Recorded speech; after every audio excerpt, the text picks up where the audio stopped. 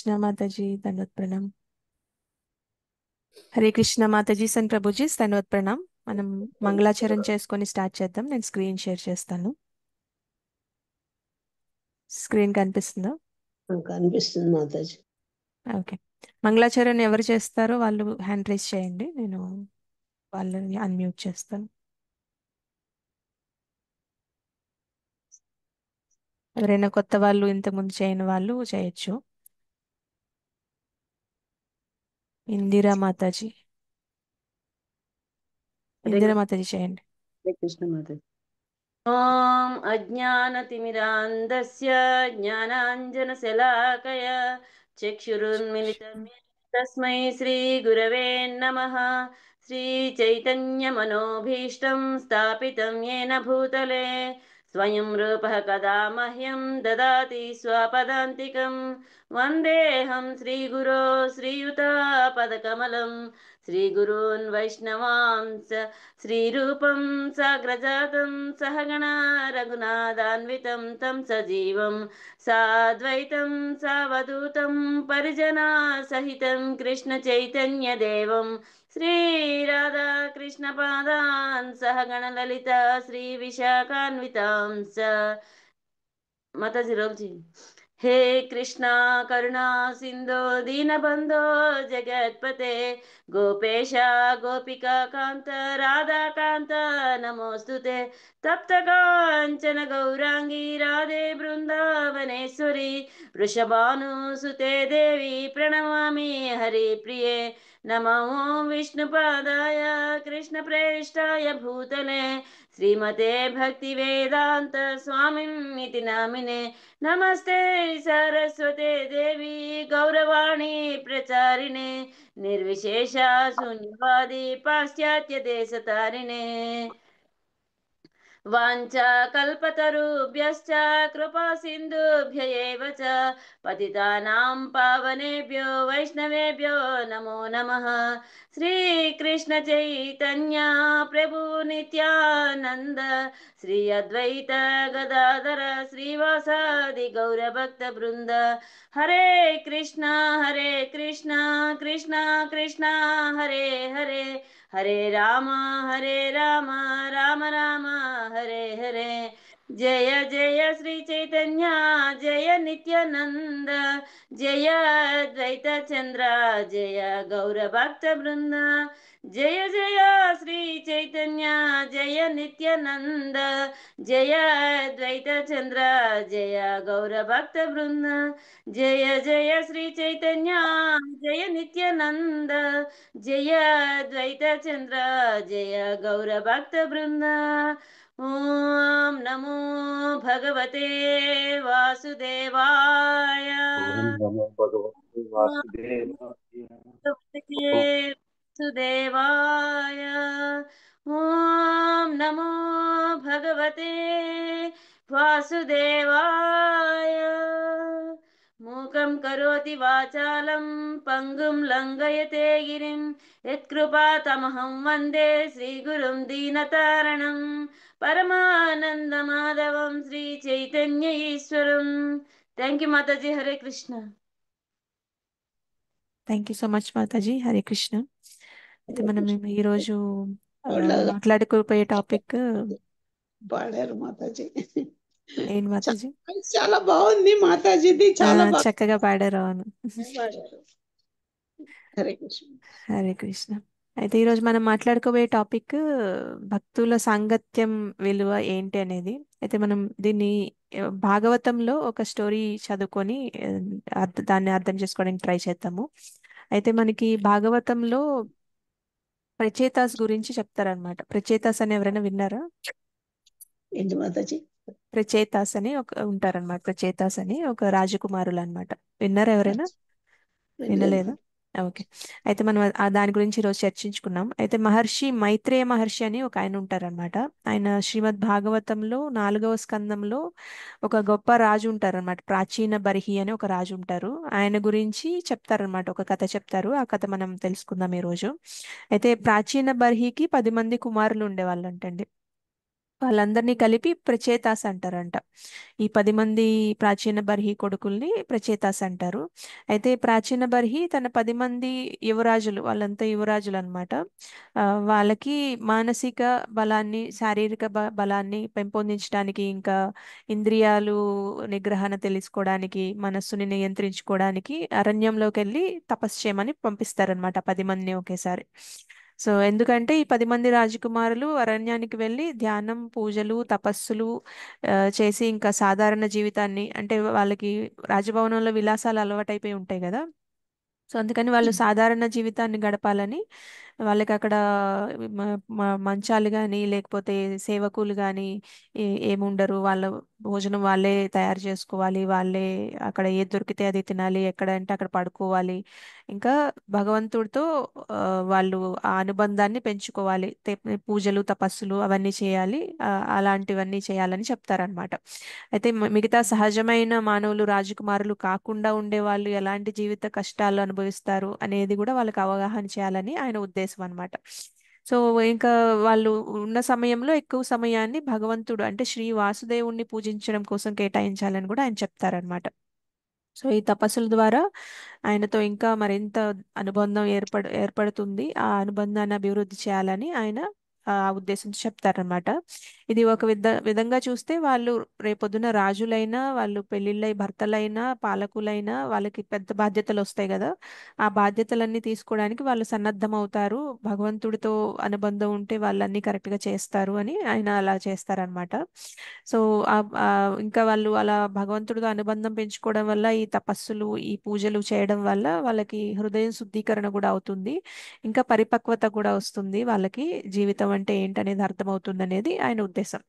So ఇంకా ప్రచేతాస్ ఏం చేస్తారంటే అరణ్యానికి వెళ్తారనమాట, వాళ్ళ తండ్రి గారు చెప్పినట్టు. ఇంకా వాసుదేవుణ్ణి పూజించడం ప్రారంభిస్తారు. అంటే వాళ్ళ ఉద్దేశం కూడా అదే. అంతకు ముందు రోజుల్లో అంటే ఇది సత్యయుగంలో జరిగిన కథ కాబట్టి ఆ టైంలో తండ్రి గారు చెప్పిన మాట వాళ్ళకి వేదం అనమాట. వాళ్ళు కష్టమా నష్టమా ఇవన్నీ ఆలోచించరు. వాళ్ళు ఆ, చెప్పింది చెప్పినట్టు చేసేవాళ్ళు అనమాట. ఇప్పట్లాగా కాదు. ఇప్పుడు ఎవరైనా ఇలా వెళ్ళి అరణ్యంలో మీరు ఇవన్నీ అంటే ఇప్పుడు కూడా కొంతమంది చేస్తున్నారు. కొంతమంది పెద్ద పెద్ద కంపెనీలు ఉన్న వాళ్ళు వాళ్ళ పిల్లల్ని రూపాయి కూడా ఇవ్వకుండా మీరు బయట వెళ్ళి మీరే సంపాదించుకొని మీరే అవన్నీ నేర్చుకొని రండి, ఒక 1 ఇయర్ తర్వాత ఇంటికి రండి అని చెప్పే వాళ్ళు కూడా ఉన్నారు. చాలా చాలా అరుదుగా ఉన్నారనమాట. వాళ్ళకి అలాంటి అవగాహన రావాలి అనేది వాళ్ళ ఉద్దేశం.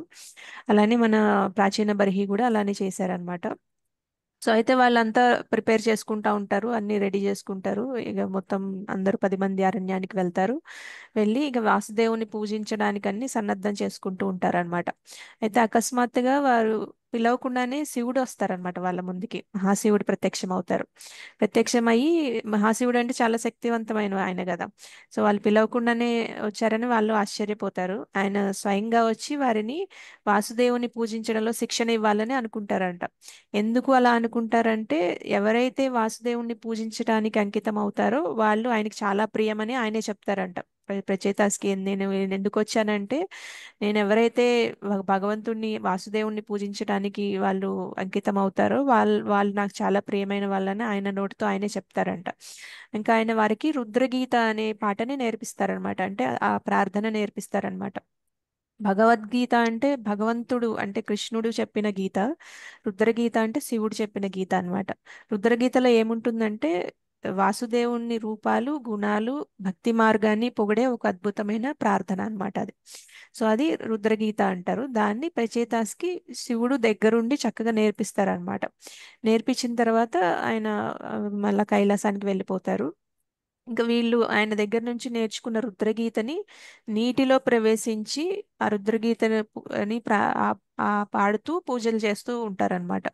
అంటే వాళ్ళు ఈ రుద్రగీత ఎప్పుడైతే ఈ తపస్సు చేస్తారో, అప్పట్లో తపస్సు అంటే ఒంటికాల మీద చేయడం, లేదా నీటి లోపలికి వెళ్ళి చేయడం, లేకపోతే అట్లా చాలా ఆస్టిరిటీ అలా చేసేవాళ్ళు అనమాట అప్పట్లో. సో వీళ్ళు ఏం చేస్తారంటే నీటి లోపలికి వెళ్ళి ఆ రుద్రగీత పాడుతూ భగవంతుణ్ణి ప్రార్థించే వాళ్ళు అనమాట. అలా వాళ్ళు ప్రార్థన చేసేటప్పుడల్లా నీటిలోనే ప్రార్థన చేసేవాళ్ళు. అలా 10,000 సంవత్సరాలు నీటిలో తపస్సు చేశారు. అంటే వాళ్ళు తపస్సు చేసేటప్పుడు నీటిలోకి వెళ్ళేవాళ్ళు, మిగతా అప్పుడు బయటకు వచ్చేసేవాళ్ళు అనమాట. అలా 10,000 సంవత్సరాలు చేస్తారనమాట. వాళ్ళు 1,00,000 సంవత్సరాలు బతికే వాళ్ళు కాబట్టి అప్పట్లో 10,000 సంవత్సరాలు అంటే వాళ్ళకి మన మన కలియుగంలో చెప్పాలంటే 10 సంవత్సరాలు అనుకోండి. సో ఇప్పుడు మామూలుగా మనకి పిల్లలు కూడా అమెరికా వెళ్తూ ఉంటారు కదా. ఆ, మనకి ఇంటర్ అయిపోయిన తర్వాత డిగ్రీ అయిపోయినాక అమెరికా వెళ్తారు. వాళ్ళు 10 ఏళ్ళ తర్వాతే వస్తుంటారు చాలా మంది వీసా ప్రాబ్లమ్స్ వల్ల. సో అలా అనుకోండి. ఆ, వీళ్ళు కూడా కానీ వీళ్ళ పర్పస్ వేరు. ఆ, వీళ్ళు భగవంతుని అర్థం చేసుకోవడానికి అనుబంధాన్ని పెంచుకోవడానికి వాళ్ళ తండ్రి గారు పంపించారు. అంటే మన కలియుగంలో ఏంటంటే మనం ఫైనాన్షియల్గా జాబ్లో సెటిల్ అవ్వడానికి మంచి చదువులు చదువుకోవడానికి పంపిస్తూ ఉంటాము. సో అట్లా వాళ్ళు 10,000 సంవత్సరాలు నీటిలో ఆ, ఆ రుద్రగీతని పాడుతూ తపస్సు చేస్తారనమాట. సో 10,000 సంవత్సరాల తర్వాత ఏమవుతుందంటే శ్రీ మహావిష్ణువు వాసుదేవుడు గరుత్మంతుని మీద ఆ, ఆ, కూర్చొని వస్తారనమాట. వచ్చి అక్కడ వాళ్ళ ముందు ప్రత్యక్షం అవుతారనమాట. సో ఇంకా భగవంతుడు విష్ణుమూర్తి అవతారంలో వస్తున్నారు కాబట్టి ఆయనకి ఆ, ఆ, ఎక్కువ చేతులు ఉంటాయి, 4 చేతులు. ఇంకా చేతుల్లో శంకు చెక్క గద అవన్నీ పట్టుకుంటారు. గరుత్మంతుడు వెనక కూర్చొని ఆయన చాలా అందంగా కనిపిస్తారంటండి. గరుత్మంతుడి మీద ఆయన వచ్చేటప్పుడు ఆయన ఎంత అందంగా ఉంటారనేది ముకుందమాల స్తోత్రంలో ఒక దగ్గర వర్ణిస్తారు. మనం అది కూడా చూద్దాము. అయితే భక్తులకి ఎప్పుడు కష్టాలు వచ్చినా ఆయన గరుత్మంతుని మీద సవారీ చేసుకుంటూ వచ్చి ఆయన ప్రత్యక్షం అవుతారు. మన గజేంద్రుడి కథ కూడా తెలుసు కదా. గజేంద్రుడు కూడా భగవంతుని ప్రార్థించినప్పుడు గరుత్మంతుడి మీద ప్రత్యక్షమవుతారనమాట విష్ణుమూర్తి అవతారంతో. అదే గజేంద్రుడు ఏం చేస్తారు, తన కుటుంబంతో త్రికూట పర్వత ప్రాంతానికి నీటిలో చక్కగా ఎంజాయ్ చేయడానికి పిక్నిక్ లాగా వెళ్తారంట వాళ్ళ పరివారం అందరితో. త్రికూట పర్వతం దగ్గర చాలా అందంగా ఉంటుంది, ఆహ్లాదకరంగా ఉంటుందనేసి ఆయన చక్కగా అక్కడ ఎంజాయ్ చేయాలని వెళ్తారనమాట వాళ్ళ పరివారం అందరిని తీసుకొని. అయితే ఆయనకి ఏమవుతుందంటే ఒక ముసలి అతని కాలుని పట్టుకుంటది అనమాట, నోట్లో పెట్టుకొని ఇలా గట్టిగా కొరుకుతుంది. అప్పుడు ఆ ఆయనకి చాలా బాధ అనిపిస్తుంది. ఎవరు ఎంతమంది ఎంత ప్రయత్నించినా ఆ ముసలి ఆ గజేంద్ర కాలు వదలదనమాట. అలా 1000 సంవత్సరాలు పట్టుకుంటది అనమాట. ఆయన ఇంకా పెయిన్ భరించలేక మనం అన్ని ఆప్షన్స్ అయిపోయినాయి, ఇక వేరే మార్గం లేదంటే భగవంతుని ప్రార్థిస్తాం కదా. ఆయన కూడా ఆయన పూర్వజన్మలో భక్తుడు కాబట్టి ఆయనకు గుర్తొస్తుంది గజేంద్రకి.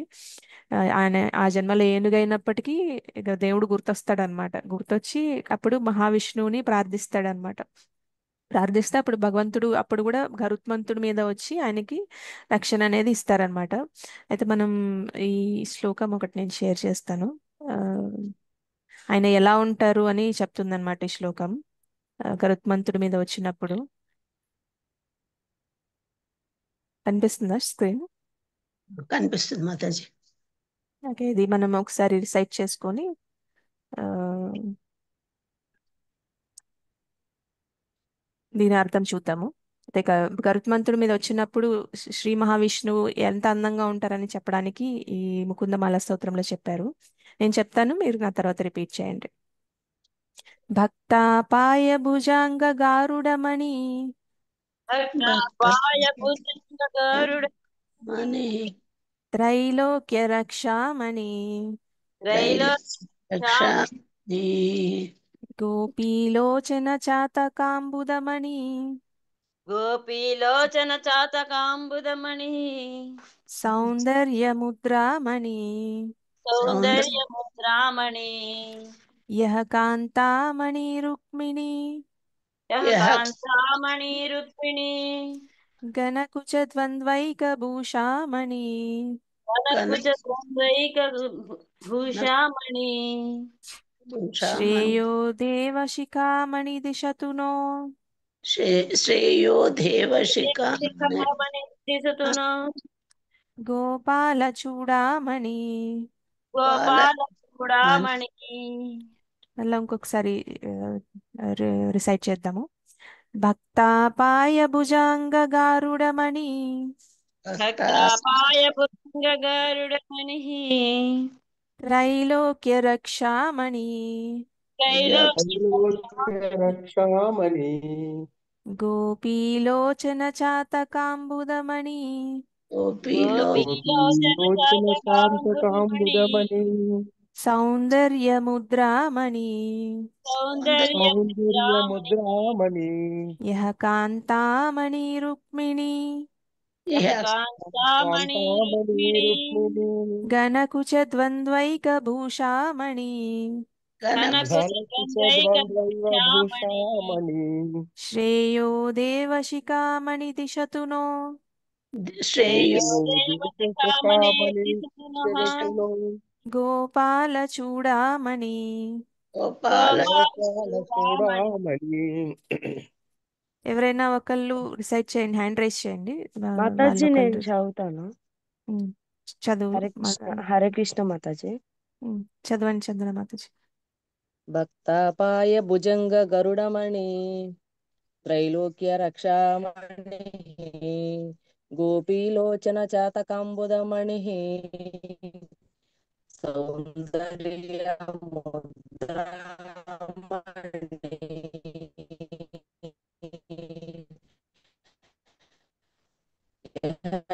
కాంతమణి రుక్మిణి నాకు చందవైద్వక కామణి. థ్యాంక్ యూ మాతాజీ. థ్యాంక్ యూ మాతాజీ. హరే కృష్ణ, చక్కగా పాడారు. మా అయితే అమ్మగారితో ఇంకొంచెం చదివించాను మాతాజీ, ఈ రోజు పార్టిసిపేట్ ఓకే, చేయించాను. ఎప్పటి థ్యాంక్ యూ నుంచో సో అలా మచ్. అనుకుంటున్నాను మాతాజీ. ఎప్పుడు నేను రొటీన్ గా ఏదో ఒకటి చేస్తూ ఉన్నా, అమ్మతో ఒకసారి చేపిద్దామని. ఓకే ఓకే, వెరీ నైస్ మాతాజీ, thank you so thank you much. మాతాజీ. హరే కృష్ణ. సో అయితే ఇక్కడ మనకి ఏం చెప్తున్నారంటే భగవంతుడు ఎంత అందంగా ఉంటారనేది చెప్తున్నారు. అంటే ఆయన ఒక మణిలాగా ఉంటున్నారంట, అంటే ఒక జ్యువెల్ లాగా ఉంటున్నారు. గరుడ మీద కూర్చున్నప్పుడు ఆయన ఆ అంటే భక్తాపాయ భుజాంగ గారుడమణి, అంటే గరుడ చాలా పెద్ద భక్తుడు అనమాట. సో భక్తాపాయ భుజాంగ, ఆయన భుజం మీద కూర్చున్నప్పుడు ఆ గరుడ భుజం మీద ఆయన ఒక మణిలాగా ప్రకాశిస్తున్నారంట.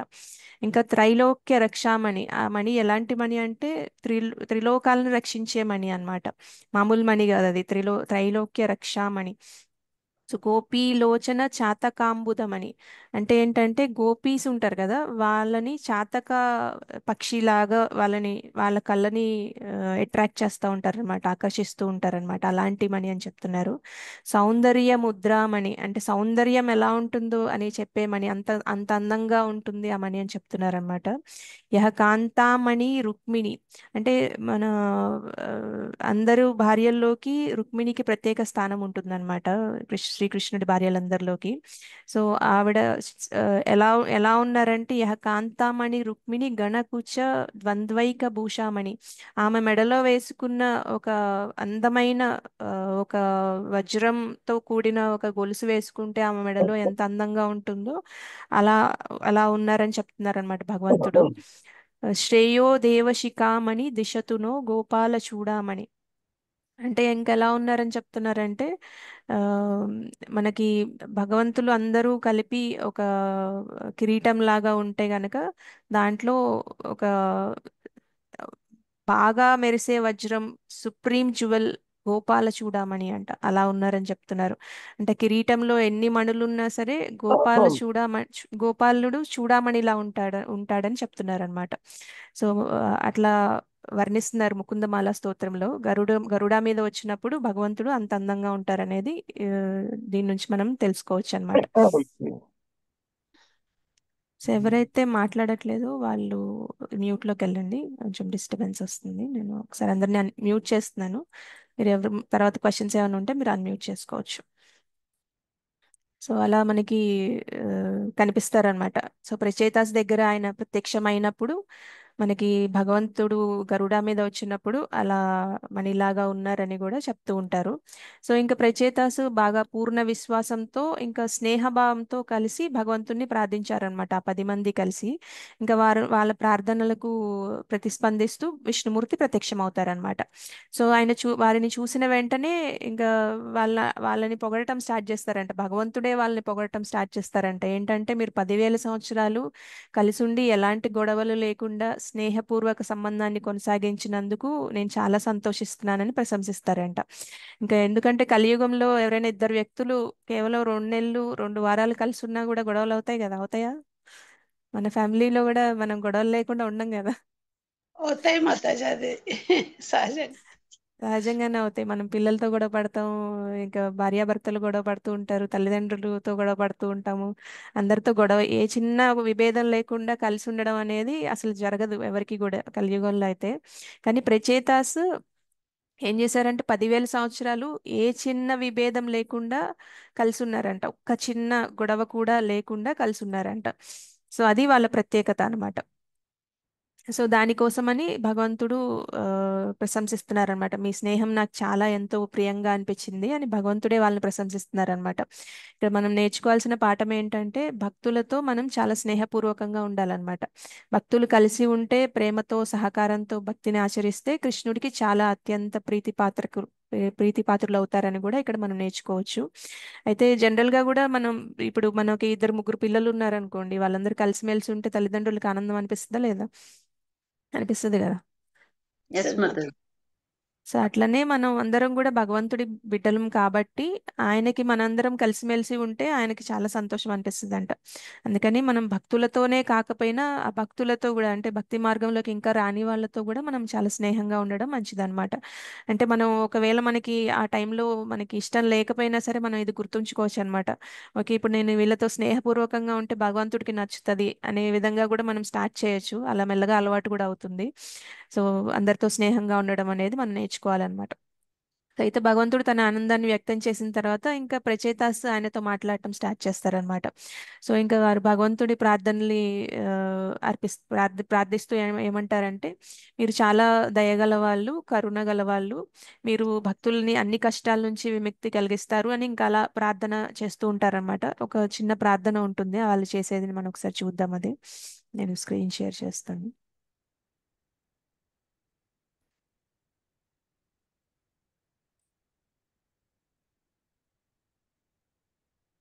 కనిపిస్తుంది కదా స్క్రీన్ మీ అందరికి? కనిపిస్తుంది. సో శ్రీమద్ భాగవతంలో 4.4 అదే 4వ స్కందంలో 30వ అధ్యాయంలో 22వది అనమాట ఇది. సో ఇది మనం ఒక్కసారి డిసైడ్ చేసుకొని వాళ్ళు ఎలా ప్రార్థించారు అనేది చూద్దాము. ఆ, ఇది మామూలుగా అయితే ఒకళ్ళే మాట్లాడితే భగవాన్ ఉవాచ, అర్జున ఉవాచ అంటారు. కానీ ఇక్కడ ప్రచేతాస్ 10 మంది ఉన్నారు కాబట్టి ఇది ప్లూరల్ కాబట్టి ప్రచేతసః ఊచుహు అంటారు అనమాట. సో మనం కింద ప్రార్థన చదువుకుందాము. నమో నమః క్లేశ వినాశనాయ. మీరు కూడా రిసైడ్ చేయండి. నమో నమో నమః నమః క్లేశ క్లేశ వినాశనాయ వినాశనాయ వినాశనాయ నిరూపితోదార గుణాహ్వవాయ. నిరూపితోదార గుణాహ్వవాయ నిరూపితోదారగుణాహ్వయాయ మనోవచో వేగ పురోజవాయ మనోవచో వేగ పురోజవాయ సర్వాక్ష మార్గైరగా అగతాధ్వనే నమః. సర్వాక్ష మార్గైరగతాత్మనే నమః. నమః. ఇందిరా మాతాజీ మీరు మీరు రిసైడ్ చేయండి, మీరు చక్కగా పాడుతున్నారు. సరే మాతాజీ, ఇప్పుడు చెప్పాలి మాతాజీ. చెప్పండి మాతాజీ. నమో నమః క్లేశ వినాశనాయ నమో నమః నమః క్లేశ వినాశనాయ నిరూపితోదార గుణావ్యయాయ నిరూపితోదార గుణాహ్వవాయ గుణావ్యయాయ గుణాన్యయాయ మనోవచో వేగ పురోజవాయ మనోవచో వేగ పురోజవాయ సర్వాక్ష మార్గైరగతాధ్వనే నమః. సర్వాక్ష మార్గైరగతాధ్వనే నమః. హరే కృష్ణ మాతాజీ. థ్యాంక్ యూ మాతాజీ. Thank you so much Mataji. Hari Krishna. అయితే ఇలా ప్రార్థిస్తారనమాట. ఏమని ప్రార్థిస్తారో మనం చూద్దాము. మీరు భక్తుల బాధలన్నీ నాశనం చేసే స్వామి అని చెప్తున్నారు. ఇంకా మీరు ఎవరికి ఏ సమస్యలున్నా చక్కగా మీ నామాలు చదివితే వాళ్ళకి మంచి కరుణ ప్రసాదిస్తారు, దయ ప్రసాదిస్తారు, వాళ్ళని కష్టాల నుంచి బయటకి తీసుకొస్తారు అని ఇలాంటి ఎన్నో సందర్భాల్లో కూడా మనకి చాలా రుజువైందని కూడా చెప్తున్నారు. మనకి ఒక గొప్ప ఎగ్జాంపుల్ ఏంటంటే అజామిల అందుకు అత్యుత్తమమైన ఉదాహరణ. ఆయన నామాన్ని జపించిన మాత్రం వల్లే విష్ణు దూతలు వచ్చి ఆయన్ని కాపాడతారు కదా. ఆయన నారాయణ నారాయణ అని పిలుస్తూ ఉంటాడు యమదూతలు వచ్చినప్పుడు. ఇంకా వాళ్ళు విష్ణు దూతలు వచ్చి ఆయన్ని కాపాడతారు యమదూతల నుంచి. సో అట్లా ఆయన్ని పిలిచినంత మాత్రానే చక్కగా ఆయన వచ్చి బాగా కరుణతో దయతో భక్తుల్ని కాపాడతారని చెప్తున్నారనమాట. సో అలా ఎన్నో ప్రార్థనలు చేస్తారన్నమాట ప్రచేతాసు. వాటన్నిటిని ఇక్కడ మనం అన్ని డీటెయిల్డ్ గా వెళ్ళట్లేదు, ఎందుకంటే మనకి అంత సమయం లేదు కాబట్టి. మనం అసలు ఏంటి ఎసెన్స్ అనేది తెలుసుకుందాం. సో ప్రార్థనలో 2 భాగాలు ఉంటాయి అన్నమాట. ఫస్ట్ వాళ్ళు ఏం చేస్తారంటే భగవంతుడి గుణగణాలని పొగుడుతారు. తర్వాత వాళ్ళకి ఏం కావాలి, వాళ్ళకి ఏం కోరిక ఉంది అనేది వ్యక్తపరుస్తారు అనమాట. సో ఇప్పుడు ఆ, వాళ్ళు భగవంతుడి గుణగణాలని పొగిడారు. మీరు ఇంత దయగా ఉంటారు, కరుణగా ఉంటారు, మీరు చాలా మంది భక్తుల్ని రక్షిస్తూ ఉంటారు. ఆ, అలాంటి సందర్భాలు చాలా రుజువైనవి కూడా, అలా ఇలా అని పొగుడుతున్నారు అనమాట భగవంతుణ్ణి. తర్వాత వాళ్ళు వాళ్ళ కోరికలు ఏంటి అనేది వ్యక్తపరుస్తారనమాట. వాళ్ళు ఎందుకు 10,000 సంవత్సరాలు ఎందుకు తపస్సు చేశారు, వాళ్ళకి ఏం కావాలి అనేది వాళ్ళు చెప్తారనమాట. సో భగవంతుడు ఇలా అంటారనమాట, మీ భక్తి ఇంకా ప్రేమపూర్వక సంబంధాల వల్ల నేను చాలా సంతోషించానని చెప్తారు కదా. సో అందుకని నేను మీకు ఆశీర్వదించడానికి ఇక్కడికి వచ్చాను. మీకు ఏదైనా కోరిక ఉంటే కోరుకోండి అని భగవంతుడు కూడా అడుగుతారనమాట. సో ప్రచేతాస్ దానికి ఇలా చెప్తారనమాట, ఆ, స్వామి మేము మీకు దయతో, మీరు చాలా దయతో మాకు ఈ అవకాశాన్ని ఇచ్చారు.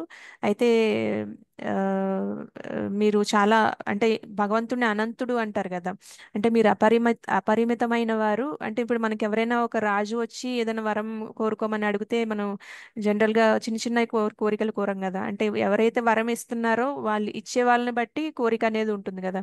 ఇప్పుడు ఎవరైనా కూరగాయలు అమ్మే వాళ్ళు మీకు ఏం కావాలో కోరుకోండి అంటే ఇది పళ్ళు కూరగాయలు అడుగుతాము. జనరల్ గా అట్లా రాజుగారు వచ్చి అడిగితే మనం వెళ్ళి మాకు భోజనం పెట్టించండి అలాంటి కోరికలు కోరం కదా. ఇప్పుడు ఎవరైనా మన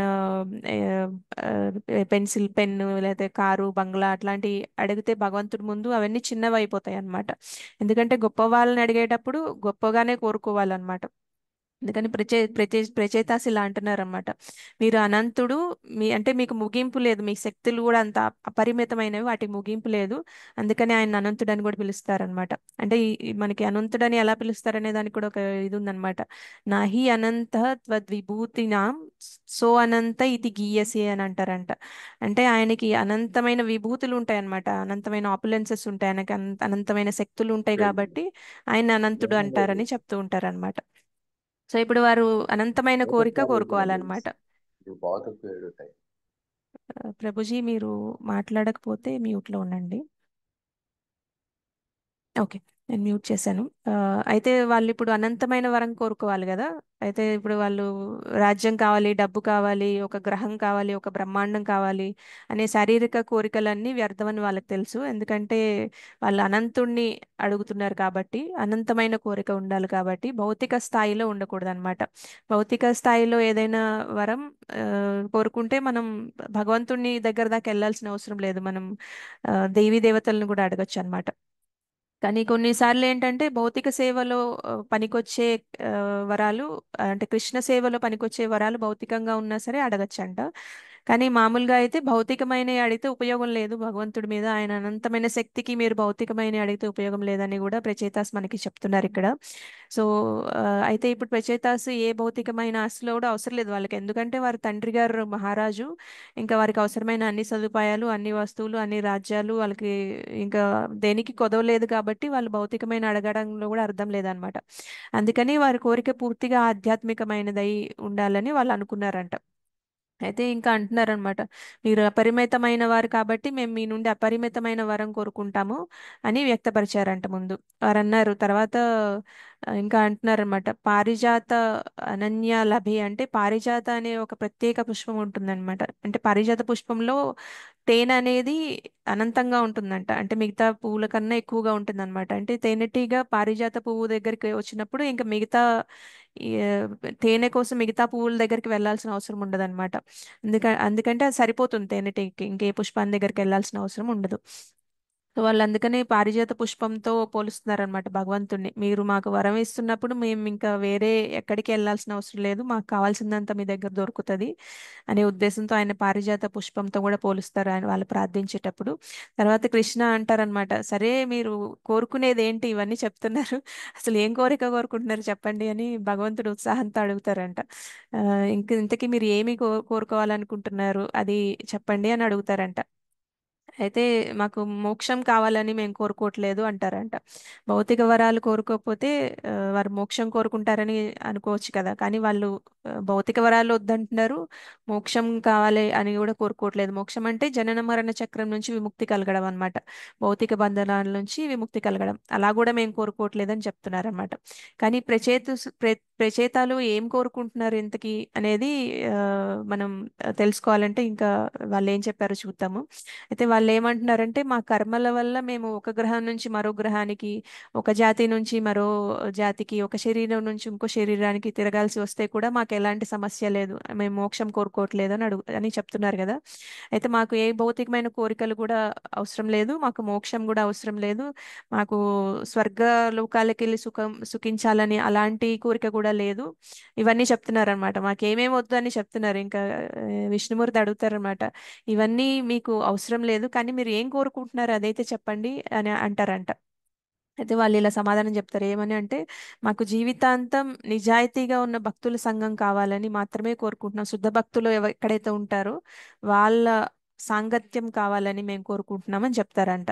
సో విష్ణుమూర్తి అంటారనమాట, మీరు అనంతమైన వరం కోరుకుంటామని చెప్పారు, మీరు ఈ వరం కోరుకుంటున్నారా? అయితే భక్తులతో సాంగత్యం జీవితాంతం కావాలని కోరుకుంటున్నారు, అయితే అదేనా మీరు అడిగేదని మళ్ళీ మళ్ళీ అడుగుతారంట ఆ, విష్ణుమూర్తి. అంటే వాళ్ళు అవును మాకు భక్తులతో సాంగత్యమే కావాలి, అదే మాకు అనంతమైన వరం అని చెప్తారంట.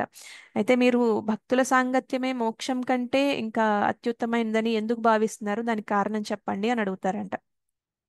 అయితే ప్రచేతాస్ ఇలా చెప్తారంట, అయితే మీరు ఒక తూకం తీసుకోండి, ఒక తూకంలో ఒకవైపు లవమాత్ర సాధు సంఘం అంటే కొంచెం, అంటే లవమాత్రం అంటే కొద్ది మాత్రంలో సాధు సంఘ అంటే భక్తుల సాంగత్యం అన్నమాట పెట్టండి. మరో పక్క స్వర్గ సుఖాలు, అంటే ఇది మనం జనరల్ గా ఆ, మన కలియుగంలో కూడా చాలా మంది నేను స్వర్గానికి వెళ్ళిపోతా ఈ పుణ్యం చేస్తే అనే దాంతో చాలా మంది పుణ్య కార్యక్రమాలు చేస్తూ ఉంటారు. ఇంకా మోక్షం కావాలని కోరుకునే వాళ్ళు కొంతమంది యోగా అభ్యాసము, ధ్యానము ఇవన్నీ చేస్తూ ఉంటారు. ఆ ఆ, అపాన ప్రాణ అపాన ఇవన్నీ గాలి ఆ, ఆ, గాలితో బ్రీతింగ్ ఎక్సర్సైజెస్ చేస్తూ ఉంటారు, యోగా చేస్తూ ఉంటారు. వాళ్ళకేంటంటే జ్ఞానులకి మోక్షం కావాలి, కర్మీలకి ఏం కావాలంటే స్వర్గ సుఖాలు కావాలన్నమాట. సో వాళ్ళ ఆ రెండిటిని ఒక పక్కన లవమాత్ర సాధుసంగ ఒక పక్కన తూకం పెడితే గనక అన్నిటికన్నా ఎక్కువగా తూగేది లవమాత్ర సాధు సంఘమే. ఆ కొంచెం ఆ, సాధు సాంగత్యం అనేది ఏదైతే కొంచెం ఉంటుందో అదే దానికి ఎక్కువ వాల్యూ ఉంటుందని వాళ్ళు చెప్తారంట. అయితే కృష్ణుడు అంటారంట, విష్ణుమూర్తి అంటారు, సరే ఒప్పుకున్నాను కానీ భక్తుల సాంగత్యంలో మీరు ఏం చేస్తారు? సరే ఒప్పుకున్నా, మీరు అన్నీ వద్దనుకుంటున్నారు, మోక్షం వద్దు మీకు, ఆ ఈ స్వర్గ సుఖాలు వద్దు, ఇవన్నీ వద్దు, కానీ మీరు అనంతమైనది కావాలనుకుంటున్నారు, ఆ అనంతమైనది మీరు అనుకునే అనంతమైనది భక్తుల సాంగత్యము, శుద్ధ భక్తుల సాంగత్యము. సరే నేను ఒప్పుకుంటాను కానీ మీరు భక్తుల సాంగత్యంలో ఏం చేస్తారు అని అడుగుతారంట.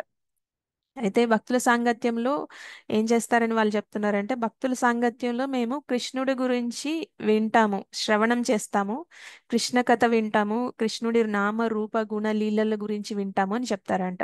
సో రూప గుణ లీలల గురించి చర్చించే వారితో మనం సాంగత్యం కోరుకుంటున్నామని చెప్తున్నారు కదా వాళ్ళు. అప్పుడు అడుగుతారన్నమాట, భక్తుల సాంగత్యంలో వింటారు సరే, కృష్ణ కథ వింటారు కరెక్టే, మీరు చెప్పింది నేను ఒప్పుకుంటున్నాను, వినడం వల్ల మీకు ఏం ప్రయోజనం ఉంటది అని అడుగుతారంట. అప్పుడు వాళ్ళు 4 ప్రయోజనాలు ఉంటాయని చెప్తారంట. మనం ఈ శ్లోకం మొన్న కూడా చదువుకుందాం. ఎత్రేడ్యంతే కథామృతాః తృష్ణాయ ప్రశమో యతః నిర్వైరం యత్ర భూతేషు నోద్వేగో యత్ర కశ్చన అని నేను మొన్న 2 డేస్ బ్యాక్ మనం చదువుకున్నాం, గుర్తుంది ఎవరికైనా? ఎందులో మాతాజీ. ఉంది మాతాజీ? గుర్తుంది కదా.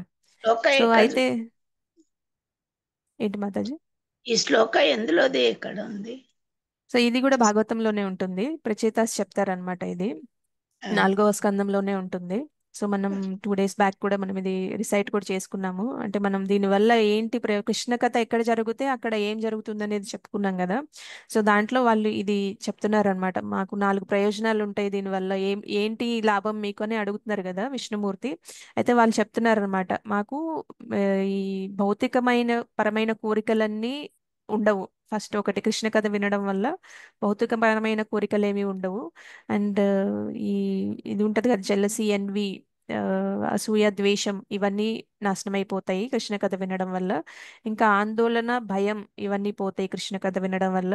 ఇంకా 4వది ఏంటంటే మనకి భగవంతుడితో అనుబంధం ఏర్పడుతుంది అనమాట. ఈ 4 లాభాలు ఉంటాయని చెప్తున్నారు అనమాట. ఫస్ట్ ఏంటంటే మనకి భౌతిక పరమైన కోరికలన్నీ ఆ, నాశనం అయిపోతాయి, లేదంటే మనకి ఉన్న వాటితో సాటిస్ఫాక్షన్ వస్తుంది అనమాట. ఉన్న దాంతోనే తృప్తి వస్తుంది, ఇంకా కొత్త కోరికలు అనేది ఏవి ఉండవు. వాటి మీద ఇంట్రెస్ట్ పోతుంది అనమాట. ఇంకా ఒకళ్ళ మీద ఒకళ్ళకి అసూయ ద్వేషాలు ఉంటాయి కదా. ఆ వైరం అనేది నిర్వైరం ఎత్ర భూతేషు, అన్ని జీవాల మీద మనకి నిర్వైరం ఉంటుంది అనమాట. అంటే వాళ్ళతో మనం గొడవ పడము, ఎందుకంటే మనకి వాళ్ళ మీద అసూయ ద్వేషాలు ఏమి ఉండవు కాబట్టి అవన్నీ నాశనం అయిపోతాయి కృష్ణ కథ వినడం వల్ల. ఇంకా మనకి నోద్వేగో ఎత్ర కశ్చన, అంటే మనకి భయం గాని ఆందోళన గాని అనేవి ఉండవు అనమాట కృష్ణ కథ వినడం వల్ల. ఇంకా నాలుగోది ఏంటంటే భగవంతుడితో మనకి అనుబంధం ఏర్పడుతుంది అనమాట. మన అసలు మన మన ఇప్పుడు మనకున్న రిలేషన్షిప్స్ అన్నీ తాత్కాలికమైనవి, ఈ జన్మ వరకే ఉంటాయి అన్నమాట. తర్వాత జన్మలో మనకి వేరే కొత్త రిలేషన్స్ వస్తాయి కదా.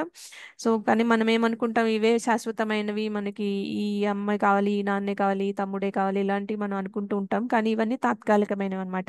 ఒకే ఒక పర్మనెంట్ రిలేషన్షిప్ మనకి ఫస్ట్ నుంచి ముందు నుంచి ఉన్నది, ఎప్పుడు ఉంటుంది, తర్వాత కూడా ఉంటుంది, ఏంటంటే భగవంతుడితోనే మనకి ఆ అనుబంధం అనేది ఉంటుందన్నమాట. కానీ దాన్ని మనం మర్చిపోతాం ఈ భూలోకానికి రావడం వల్ల. సో దాన్ని మనం తిరిగి ఎస్టాబ్లిష్ చేసుకోవచ్చు అనమాట. తిరిగి మనం పునరుద్ధరించుకోవచ్చు అనమాట.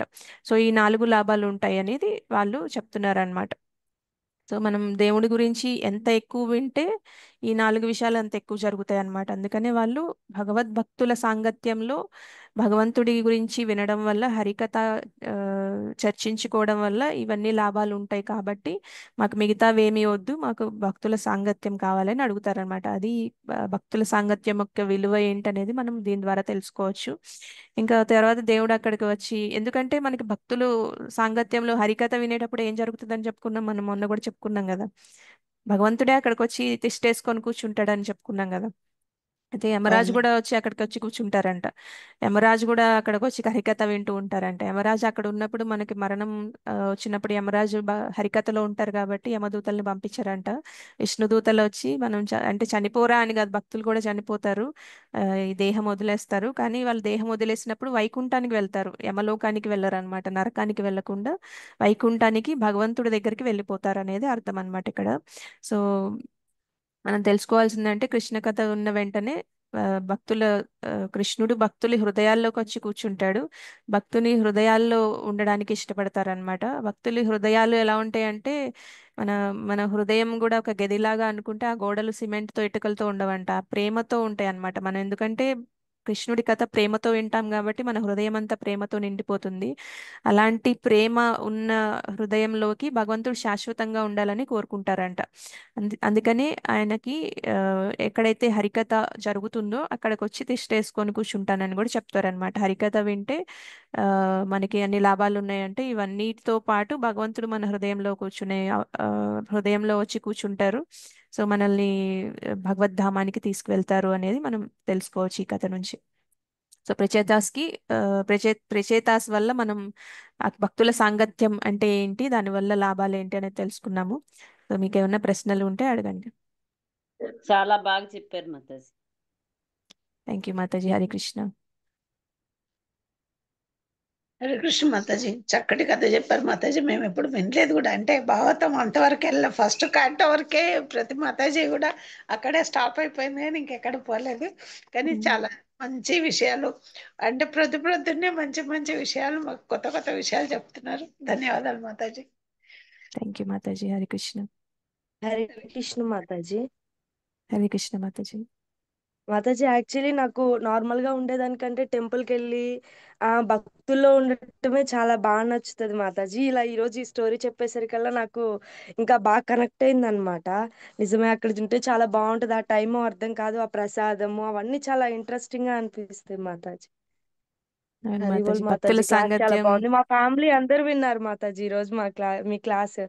మా సిస్టర్, అవునా. అమ్మ, మా అమ్మాయి వాళ్ళందరూ విన్నారు ఇంట్రెస్టింగ్ గా, చాలా బాగుంది అంటున్నారు అందరూ. థ్యాంక్ యూ మాతాజీ. రియాలిటీలు హరి ఎవరన్నా కృష్ణ. ఏదైనా చెప్తే అంతగా వీళ్ళెవరు పట్టించుకుని వాళ్ళు కూడా ఈ రోజు క్లాస్ ఇంట్రెస్టింగ్ గా విన్నారు. Thank you Mataji. మీరు వినేది కాక అందరి చేత వినిపిస్తున్నారు, అది భగవంతుడికి నచ్చుతుంది. భగవంతుడికి నచ్చితే ఏమవుతుందో మనం విన్నాం కదా. మనం చెప్పేదానికంటే అలా ఎస్ మాతాజీ, చాలా బాగా విన్నారు మాతాజీ. ఆనందం వేరే ఉంటది మాతాజీ. వాళ్ళకు కూడా అరే ఇంత చక్కగా చెప్తున్నారన్న ఆలోచన ఉంటుంది. మనం మీలాగా అంత గొప్పగా మేము చెప్పలేము. ఆయన చెప్పే విధానాన్ని బట్టి కూడా మంచి అట్రాక్షన్ అయిపోతారు మాతాజీ. హరే కృష్ణ. భగవంతుడి కథ ఎస్ మాతాజీ. అలాంటిది మాతాజీ. మనం అనుకుంటాం మనం చెప్పడం కాదు. అంటే ఇప్పుడు మన శుద్ధ భక్తులు, మన అడ్వాన్స్ డివోటీస్ చెప్తే మీరు అన్నది కరెక్టే. కానీ భగవంతుడు మన ఉద్దేశం చూస్తారనమాట. మనం ఎంత బాగా చెప్తున్నాము, మన అంటే అంటారు కదా, పత్రం పుష్పం ఫలం తోయం. మీ దగ్గర ఎంత ఉంటే అంత, మీ దగ్గర ఎంత తెలివి ఉంటే అంత మీరు దాంతోనే చెప్పచ్చు. అంత మనం ఎక్కడో మనం శుద్ధ భక్తుల్లాగా చెప్పలేకపోతున్నాం అని బాధపడాల్సిన అవసరం కూడా లేదు. మనం తెలిసిందంతా కొంచెంలో మన ఉద్దేశం భగవంతుడి మీద ప్రేమతో చెప్తుంటే గనక, భక్తుల మీద ప్రేమతో చెప్తుంటే గనక భగవంతుడు దాన్ని కూడా ఆయన ఈక్వల్ గానే చూస్తారంట. అంటే ఇప్పుడు ఎలా అంటే పంచభక్ష పరిమాణాలు ఉన్న వాళ్ళు పెడతారు, లేదంటే కొంతమంది నీరు వరకే సమర్పించగలరు, వాళ్ళని వీళ్ళని సమానంగానే చూస్తారనేది భగవంతుడి దయ అన్నమాట. ఇది కూడా అంతే. మీరు కూడా చెప్పచ్చు. మీరు కూడా మీకు ఎంత తెలిస్తే అంత, మీరు ఎంత చెప్పగలిగితే అంత మీరు ఎవరికైనా చెప్పచ్చు. కృష్ణ కథలో మహిమ లాంటిది అనమాట. Thank you Mataji. చెప్పాలని కోరుకుంటున్నా మాతాజీ. అంటే చెప్తున్నాను, వాళ్ళు మారాలని కోరుకుంటున్నాను. చెప్పాలని కోరడం కాదు, వాళ్ళు మారాలని కోరుకుంటున్నా. అవును. ఒక్క వినండి, ఒక్క కథను వినండి. ఒక్కసారి మాతాజీది ప్రభుజీ ఒక్క క్లాస్ వినండి, ఎక్కువ వినమండం లేదు. మీకు వినబుద్ధి అయితే విందురు, లేకపోతే లేదంటే ఒకసారి వింటే వాళ్ళకు శ్రవణానందం అవుతుంది కదా మాతాజీ. అప్పుడన్నా పెడతారని ఒక చిన్న కోరిక. అంటే ఆ భగవంతుడు ఇంకా చూస్తాడనమాట. మనం చెప్పంగా వాళ్ళ మార్పు రావాలని మనస్ఫూర్తిగా కోరుకుంటున్నాం మాతాజీ. హరి కృష్ణ, హరి బోల్. థ్యాంక్ యూ మాతాజీ. హరే కృష్ణ. హరే కృష్ణ మాతాజీ. ధన్యవాద్ హరే ప్రణామ్. కృష్ణ ప్రభుజీ. దండోత్ ప్రణామ్.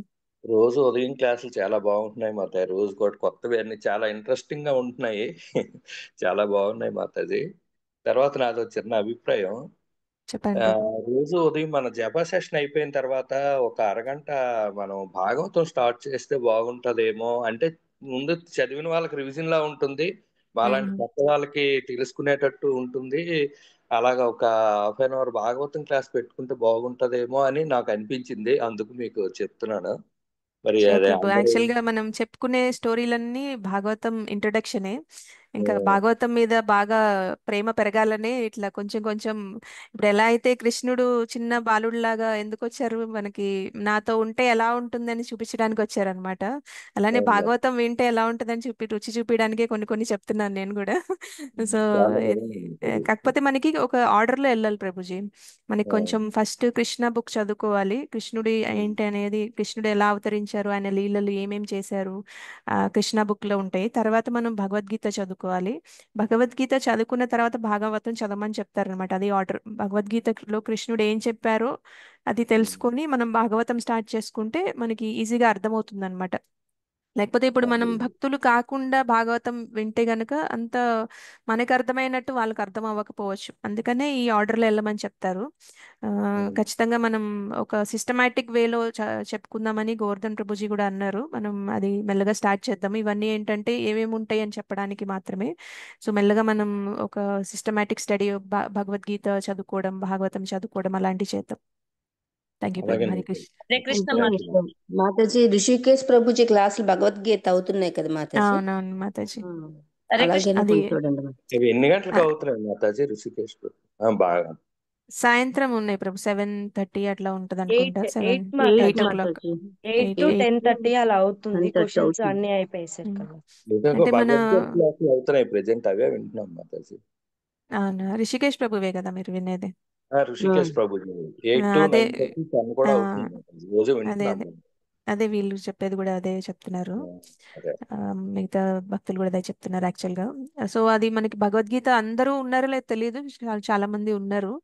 సో భగవద్గీత అనేది అక్కడ అయిపోతే కనుక ఓవర్వ్యూ అయిపోయినట్టే. 18 అధ్యాయాలు చెప్తున్నారు ఎల్లుండితో అక్కడ. అయిపోతాయి మాతాజీ. అవును మాతాజీ. రేపటితో అయిపోతాయి. ఉమ్. హరే ఇందిరా మాతాజీ మీరు హ్యాండ్ రేస్ చేశారు. హరే కృష్ణ మాతాజీ. ఈ చెప్పండి మాతాజీ. గౌరవవాణి టీము ఇంకా భక్తి యోగ ఎట్ హోమ్ టీము వీళ్ళంతా రోజు మధ్యాహ్నం 3 గంటలకి భగవద్గీత అవును. చదివారు మాతాజీ. అది కంప్లీట్ అయిపోయింది.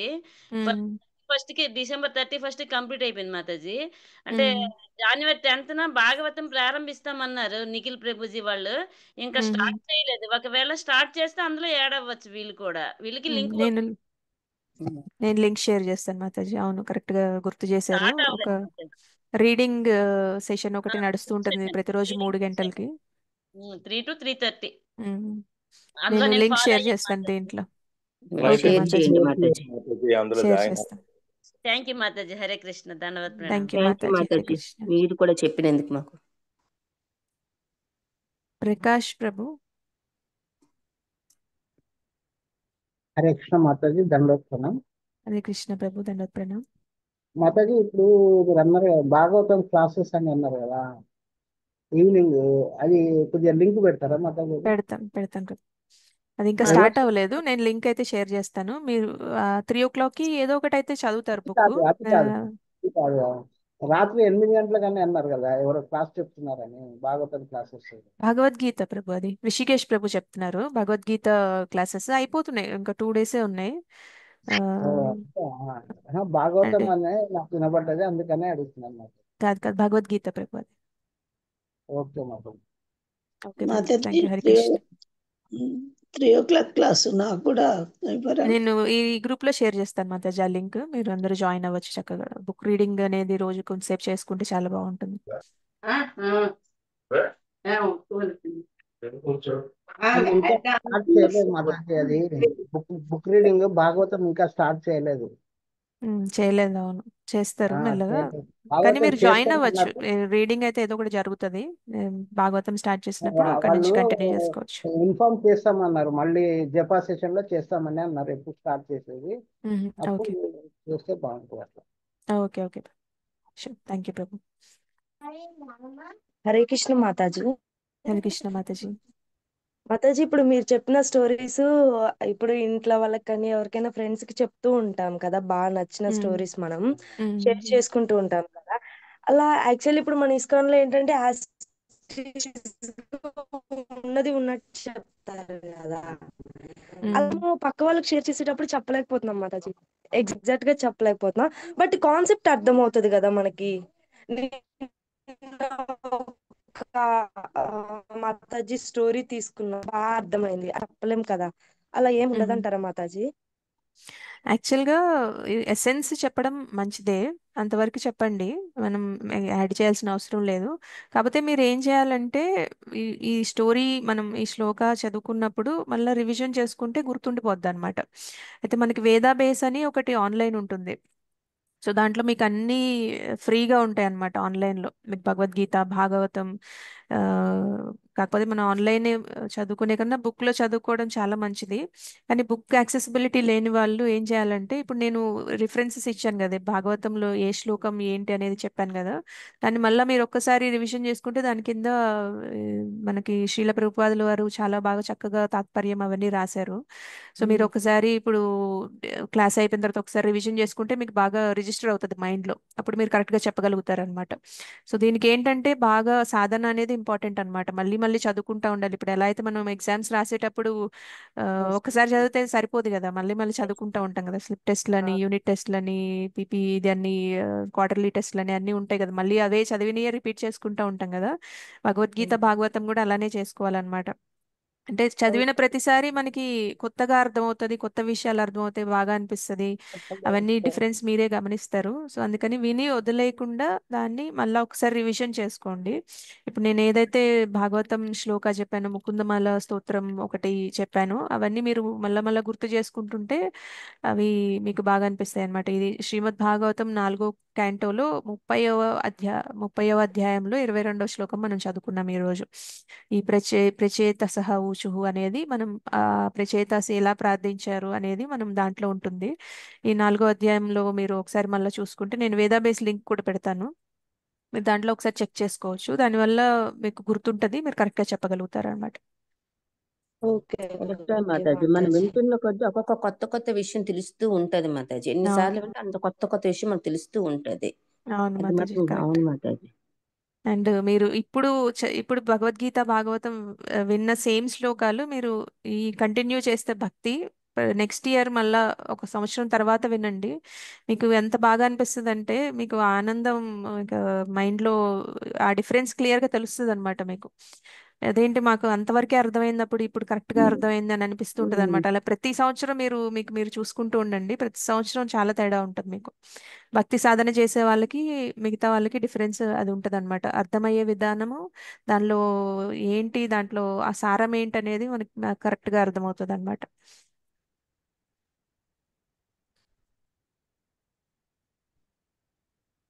ఓకే, ఇంకా ఏమైనా ప్రశ్నలు ఉంటే అడగండి, లేకపోతే మనం క్లోజ్ చేసుకుందాం ఈరోజు. వాంఛాకల్పతరుభ్యశ్చ కృపా సింధుభ్యేవ చ పతితానాం పావనేభ్యో వైష్ణవేభ్యో నమో నమః. నందకోటి వైష్ణవ వృంద की जय, श्रील प्रभुपाद की जय, श्रीमद् भागवतम की जय. థ్యాంక్ యూ మాతాజీ. హరే కృష్ణ. దండవత్ ప్రణామం.